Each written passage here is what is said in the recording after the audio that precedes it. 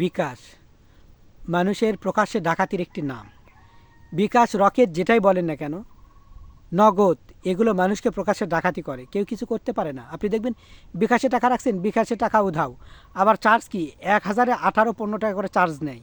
আবার বলে কি 5টা নাম্বার আপনি প্রিয় পাবেন। এই টাকা কি তোর বাপের? আমার টাকা আমি ব্যাংকে রাখবো, সেই টাকা তোরা কাটার কে?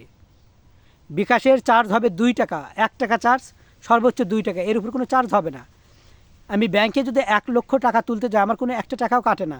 সর্বোচ্চ 10 টাকা কাটলে কাটতে পারে, তাও মনে হয় কাটে না। আমি ব্যাংকে টাকা রাখি 10 টাকা মাত্র। আর তোরা 1000 টাকায় 15 টাকা কাটিস, তোদের এত বড় স্পর্ধা। গ্রামীণ সিম, এটা মানুষের রক্ত চুষে খায়। গ্রামীণ সিম বন্ধ চাই, বাংলাদেশে কোনো গ্রামীণ সিম চলবে না, এদেরকে প্রকাশ্যে ফাঁসি দেওয়া হোক। অর্থাৎ ফাঁসি মানে কি, এই কোম্পানিগুলোকে, এই কোম্পানি যাতে না চলে। আমার টাকায় আমি এমবি কিনি, তোরা কাটার কে? তোরা ম্যাথ দেওয়ার কে? আমার টাকায় আমি মিনিটে কথা বলবো, তোরা লিমিট করার কে? যে এর মধ্যেই কথা বললে বলো, না হলে যাবে। ব্ল্যাকমেল, এটা হলো ব্ল্যাকমেল করা। আমার টাকা আমি কখন খরচ করব না করব সেটা আমার একান্ত বিষয়। ব্ল্যাকমেল করে খরচ করানোর তো দরকার নাই। আমি মিনিট কিনি, আমাকে কেন 24 ঘন্টা 1 মাস মেয়াদ বেঁধে দেওয়া হবে? আমার 1 টাকা যদি আমি বাড়িতে রাখি, আমি 100 বছর পরে যদি সেই টাকা বের করি, তবু সেই 1 টাকা আমার কাছে থেকে যাবে। তাহলে মোবাইলে টাকা তুললে আমার টাকা থাকে না কেন, কেটে নেই কেন, মিনিট কাটবে কেন? আর এমবির যে দাম, যা বলার মতো না।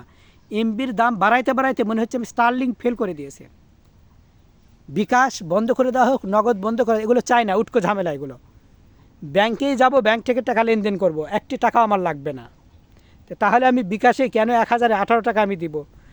টাকা কি ওই গাছে ধরে? বিকাশরা নগদদাত টাকা কি গাছে ধরে? তোর বাপের টাকা লাউরাজাত, আমার টাকা আমি মোবাইলে রাখবো, আমার এমবি আমার সব, তোরা কাটার কে? সর্বোপরি 1 লক্ষ টাকায় 10 টাকা কাটতে পারে, কিন্তু তার উপর না। আমার একটাই দাবি, 1 লক্ষ টাকায় তারা 20 টাকা বা 10 টাকা কাটবে।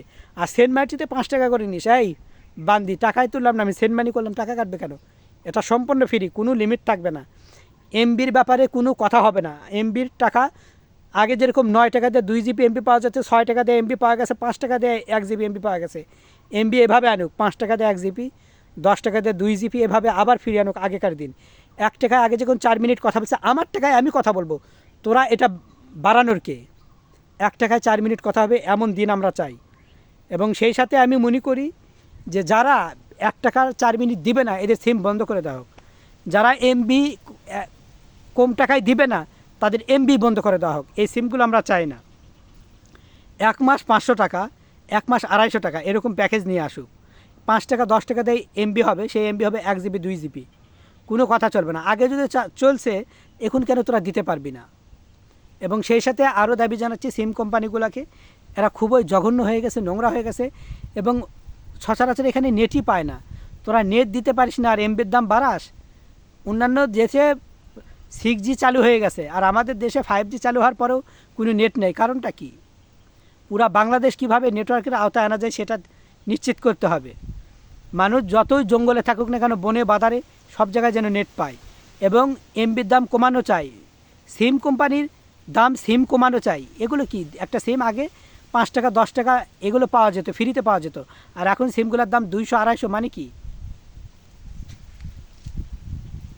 যাই হোক, আমাদের প্রতিনিয়ত আমাদের